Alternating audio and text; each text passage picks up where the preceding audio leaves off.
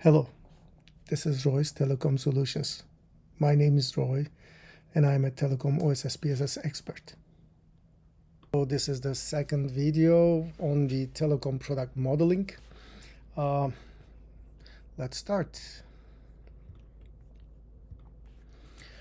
So I'm going to be explaining product concepts as per TM Forum's understanding, and I'll be giving you some examples, some extension proposals as well as we go.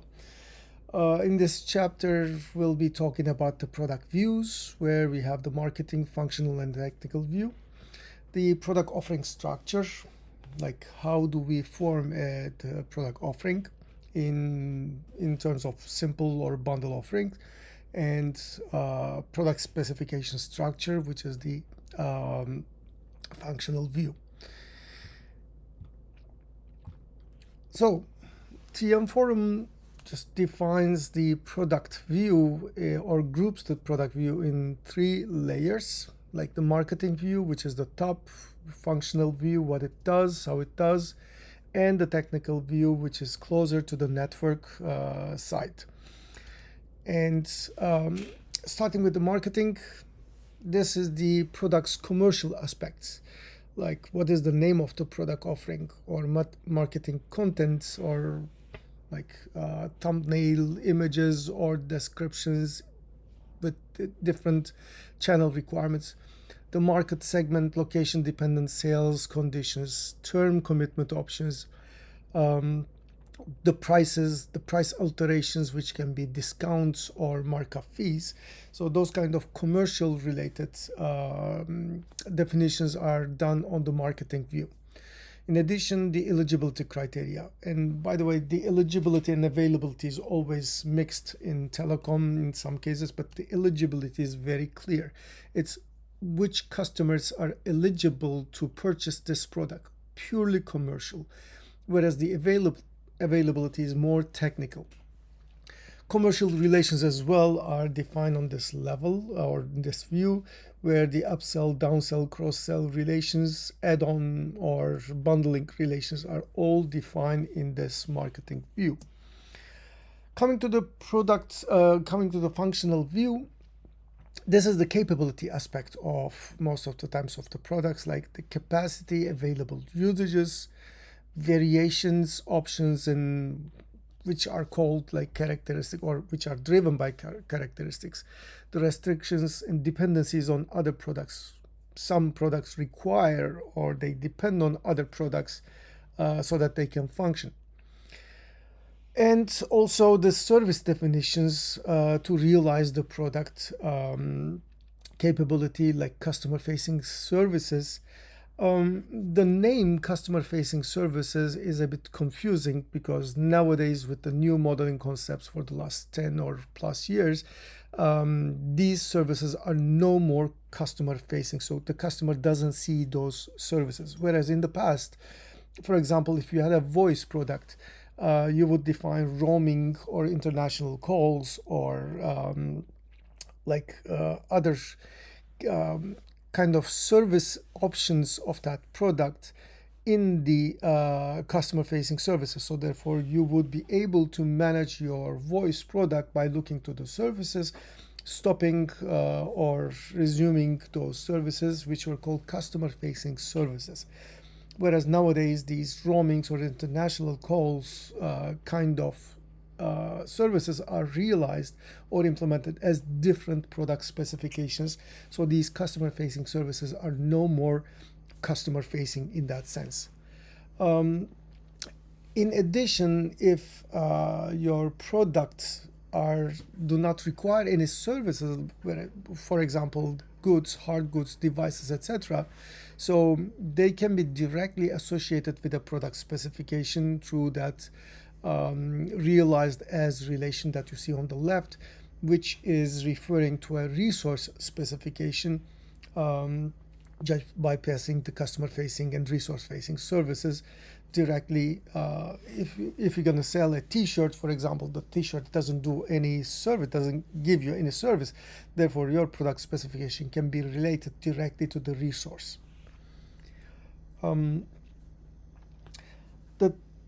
The The bottom level, which is the technical view, it's realization on the network or IT infrastructure, or if this is like API marketplace applications, so these are APIs, or it can be ICT services, then these become really the resources given to the customer, like the service, etc.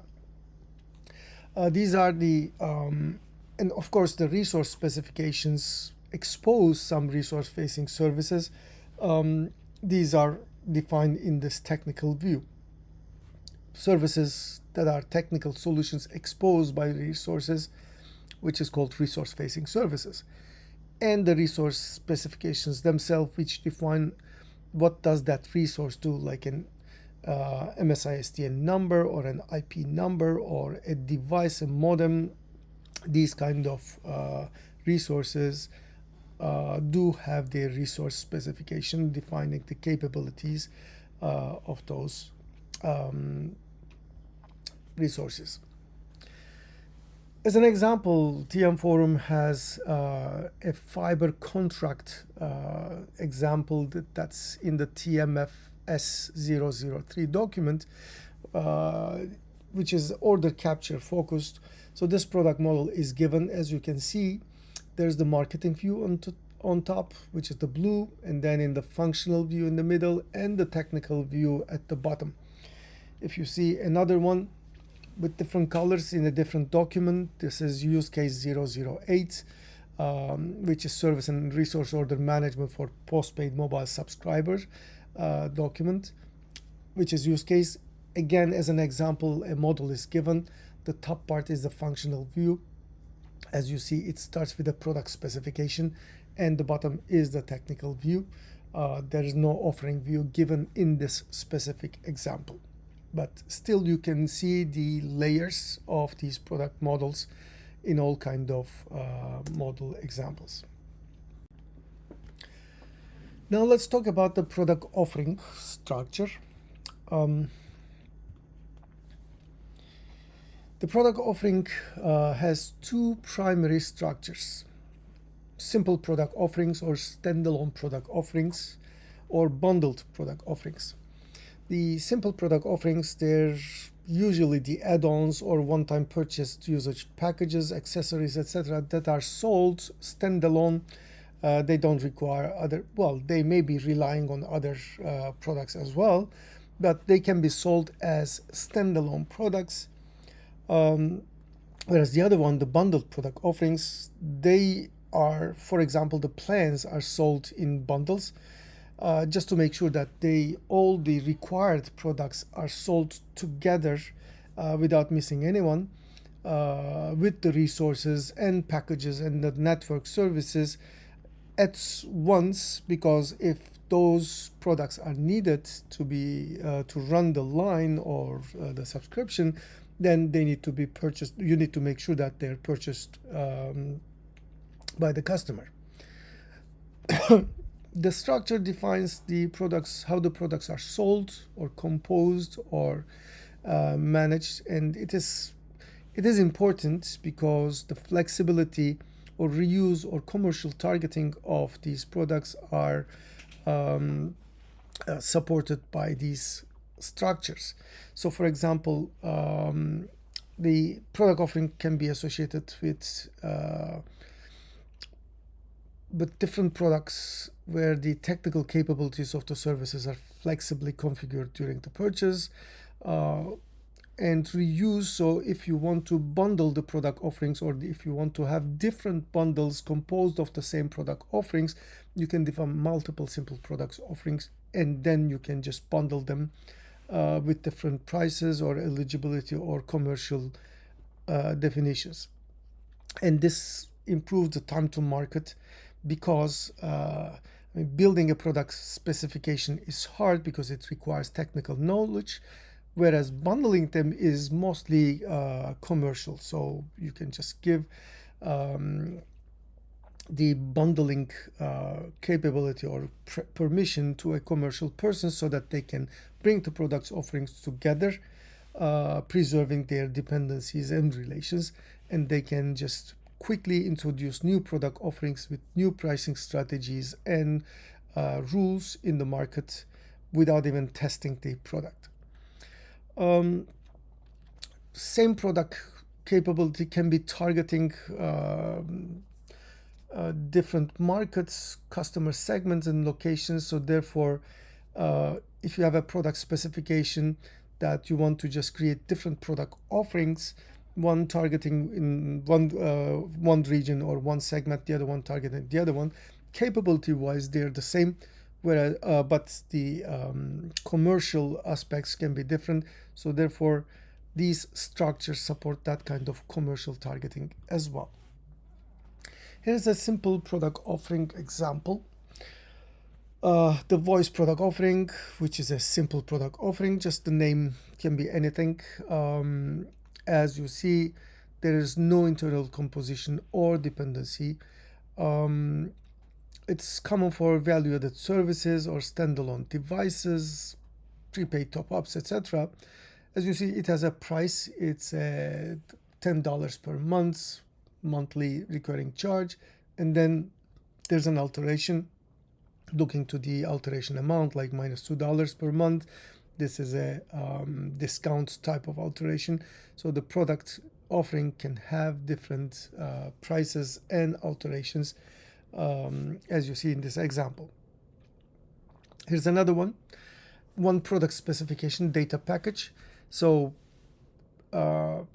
this obviously product specifications give data to the customer. So a commercial person created two separate product offerings out of the same product specification. One of them is monthly 10 gigs data, which gives you 10 gigabytes and $10 per month. That's the price. And another product offering built on top of the same product specification, because again, this is giving data. The allowance is different. Now it's giving 20 gigs of data to $20 per month price. Functionally, the product does the same thing. It gives data to the user. So therefore, you can use the same product specification by defining those allowance as a characteristics, where one offering uses one characteristic value, the other one uses a different characteristic value. Their prices are different. They can have their own names, commercial rules, but capability-wise, they both give the same thing, the same functionality, which is defined in the product specification. Coming to the bundled product offerings, as I was telling, it combines multiple product offerings into one so that they can be sold together. It's kind of a packaging of multiple products. It supports multiple flexible customer configurations. Why do we bundle? Why to bundle a product offering? Because, as I said, you can just sell that bundle together in one shot, in one single action. It simplifies the sales of the multiple products. Or you may want to provide a special discount for this group of products if they purchase together. So in order to encourage and guarantee that they're purchased together, you bundle them in a hard bundle so that they're sold and bought together. Or you may want to have it as a you may want to bundle it to have a special price, to assign a special price or a special discount and special price. Eventually they come to the same concept. These products bundled together to be sold to a special price. Well, you can preserve their existing base prices and apply a discount on top of it. Or you can say, no, this bundle, forget about the prices, just override the prices of these individual bundle members, and here is the bundled price. But the concept is the same. You want to sell them together. Just a very simplified bundled product. This is a mobile line bundle, so you have the data product offering, voice product offering, and text, SIM and MSISTN resource, logical resource. So you may want to bundle these 5 products together, because nobody buys a data product offering and voice without a SIM or MSISTN if this is a mobile line. Most of the time you want them to be purchased together if this is the commercial bundling. Like the network products, data, voice, and text, along with the resources. And on top of these, you want to use the recurring packages, usage packages, or one-time packages as well. When you bundle, as I was saying, you may apply to a special discount on the individual prices. Like there was a 10 gigs data package, which was $20 per month, and the sports channel package, which was $30 per month price. You bundle them together, and you say when you purchase these things together through this bundle, in that case, you get $10% discount on the individual prices of these items. It becomes commercially beneficial for the customer. You can define this kind of discounts. Or in the bundle, you can say, I want to override the individual prices because this 10 gigs data package or sports channel package, you can sell them as a standalone product as well individually. But when bundled under the data and sports channels bundle, you can say ignore the individual prices but apply $40 per month price to the entire bundle, no matter what is the totals of the bundle members. Another benefit of bundling is you can define the cardinality of the product offerings in the bundle. So those numbers like 1 to 1 or 0 to 1 define how many of these products must be purchased. If this is 1 to 1, it's a mandatory. It must be in the bundle when it's purchased. But when you see that 0.1 from 0 to 1, it means optional. Like the customer during the purchase time is free to choose either 0 or 1 of this phone device because the cardinality allows to choose him 0, not to choose that optional device when the purchase is made. Cardinality, it defines the minimum and maximum numbers of the items that must or can be selected. And the bundle in TM Forum structure has a group concept, which just gives you a possibility to just define minimum maximum for the entire group as well. For example, in this bundle, you see two groups, like group data and group text. One of them is on the left, the other one on the right. So group data, it says from the cardinality on top of that group data, it says 1 to 1. So from this group members, you need to pick at least one, at most one. Namely, you need to pick one. And if you go down like 10 gigs per month data or 20 gigs month data, their cardinality are 0 to 1, which means that either you're going to choose the first one or the second one. If you choose both of them, which is possible, looking to the individual cardinalities, but now the group says no, you must select at least one or at most one from this group. With this structure, as you see, from the group data, you are enforcing the customer to get only one of them, either one of them. The same for the group text. You need to pick either 250 text per month or 500 text per month. With this group cardinalities, you can drive the optional products, selecting minimum and maximum quantities between them. Another grouping cardinality example, like the sports group, it says 0, 1, or 2. So you can just pick 0, none of them, or the first one, 10 soccer channels. It says 0 or 1. I can select that one. And I can select, in addition, the 20 EuroLeague channels as well, because it's 0 to 1 as well here, as you can see. But this group says among the group members, you can pick none or 1 or up to 2. Here, the other one, the movie group, 1 to 3. So at least one must be selected. At most 3 can be selected during the purchase. As you see, the Hollywood channels, Disney Channel, and Apple TV. So these are 0101. So all of them optional, but this group cardinal says that one of them must be selected. At least you can go up to 3. So with this way, you can control which optional products are to be selected, how many optional products are to be selected among the given options. Coming to the commercial configuration of product offerings, usually this is called commercial eligibility or simply eligibility. They're used to just define the place or region eligibility, or in which regions or places this product offering is eligible, or assigning to market segments like residential, small business, senior, students, youth, or any other segments that you can have. And it controls the sales channel exposure from on which channels you want to sell this product offerings.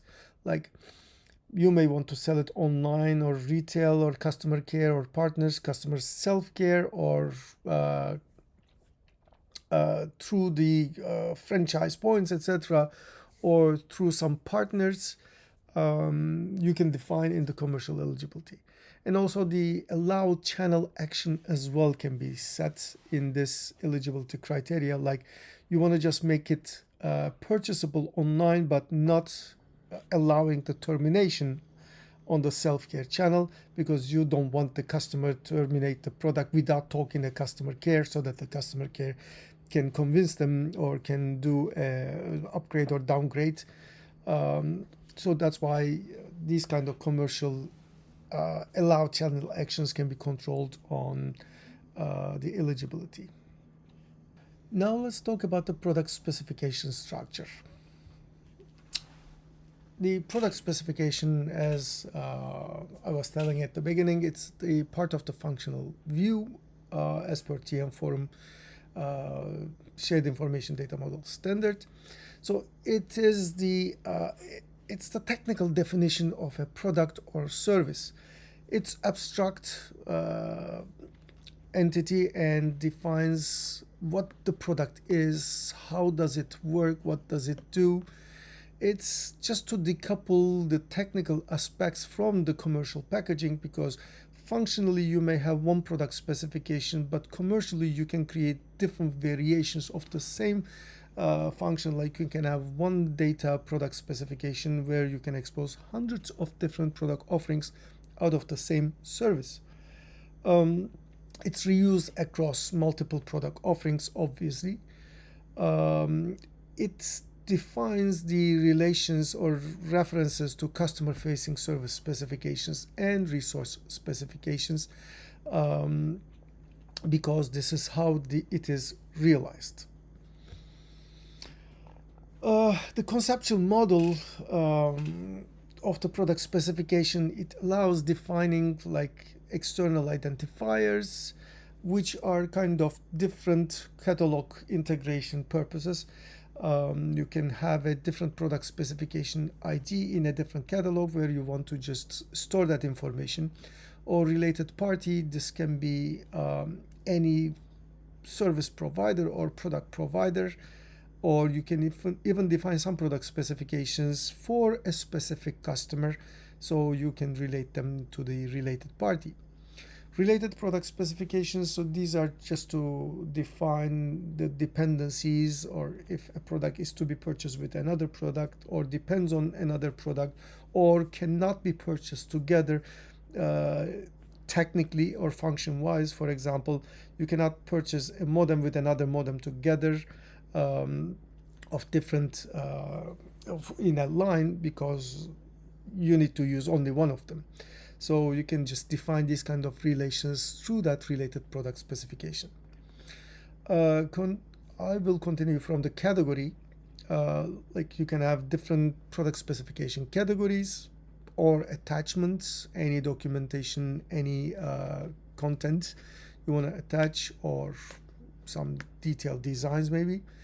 service specification and resource specification references to be able to provision them in correct service or resource order managers, and the characteristics with the values. The characteristics are kind of drive the capability of the product specifications. For example, you can have an allowance characteristics where you have 10 gigs, 20 gigs, 30 gigs, different values, or access type like 5G, 4G, 3G kind of capabilities, where those characteristics define the way it works based on the values that are selectable during the purchase or predefined.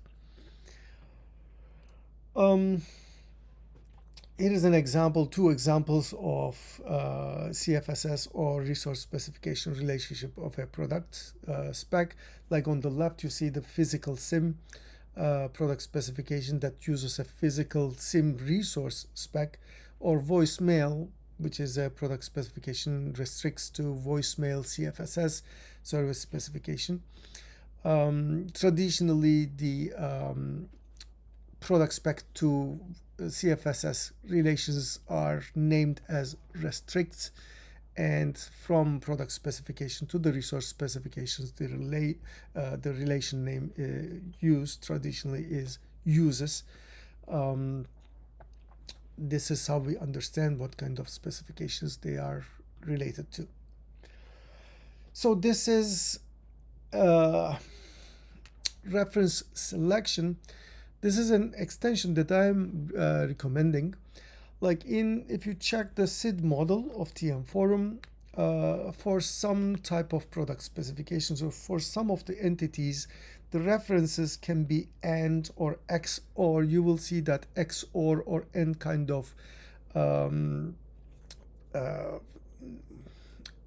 relations between two references. So I went a bit further and I say there can be some selection criteria on the references. Like if you're purchasing a SIM product specification through an offering, you can have a SIM type as a characteristic, like a physical and eSIM characteristic values. Based on the selected value of that SIM type, when the provisioning starts working, you can select one of the references and say physical SIM to be selected because the SIM type is selected, SIM type characteristics value selected was the physical.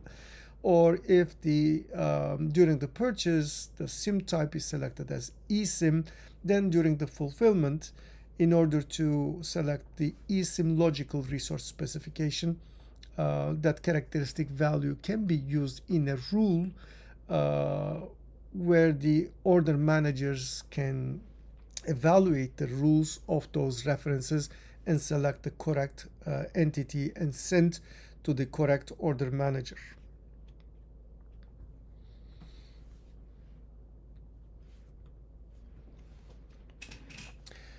Well, this is one of the concepts that are mixed a lot, a product specification versus a product.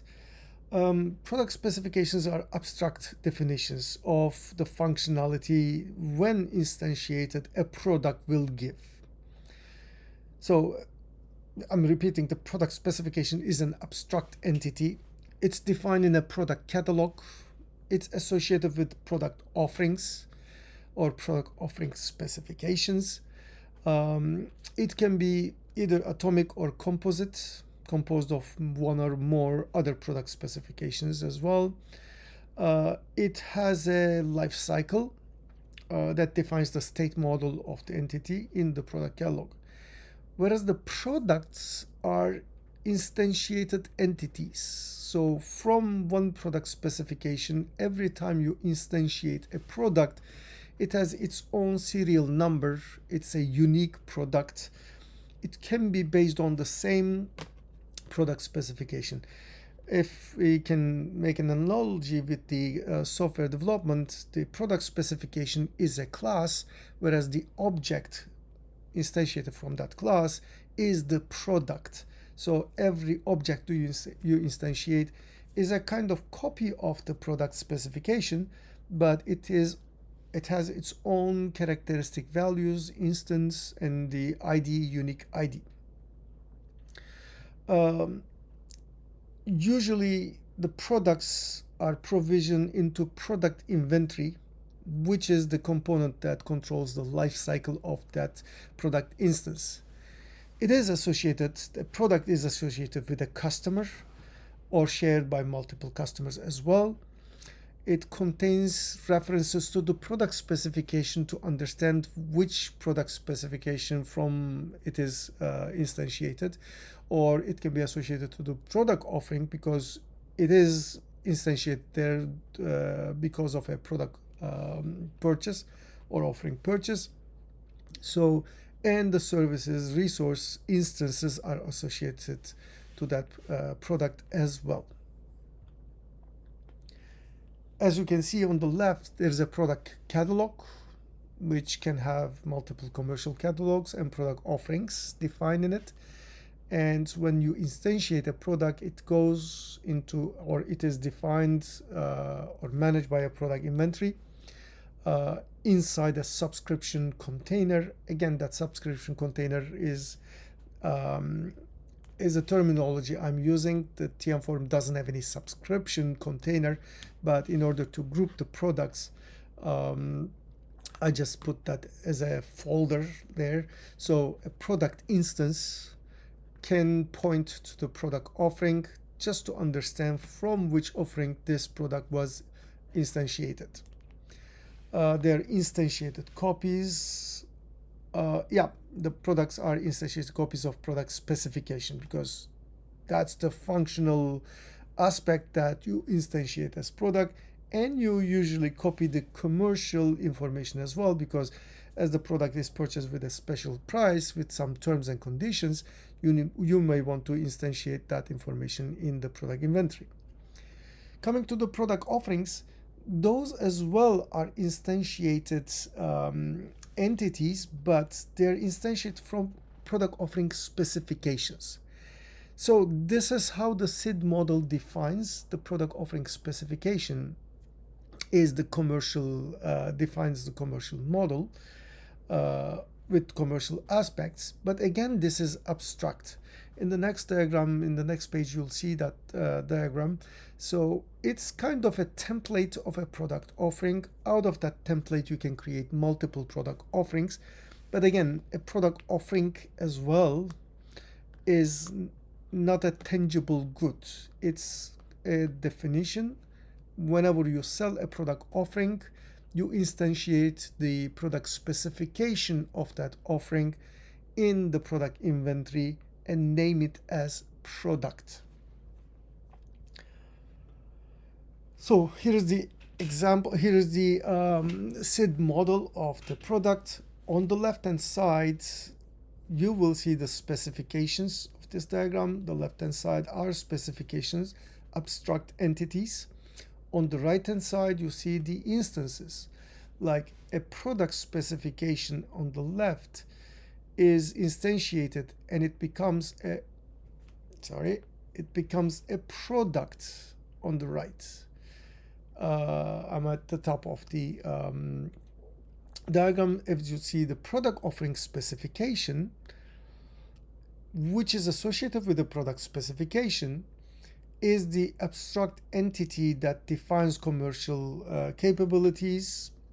And when you instantiate this product offering specification, it becomes a product offering instance. You sell the product offering instance and it becomes a product. If you look at here, a product specification can have a customer facing service spec reference or a resource specification reference. Whenever you instantiate a customer facing service spec, it becomes a customer facing service which is instantiated in a service inventory. Similarly, a resource specification at the bottom left, when you instantiate a resource specification, it becomes a resource instance inside a resource inventory. This is how the entire product model with the specifications and instances are implemented in telecom domain.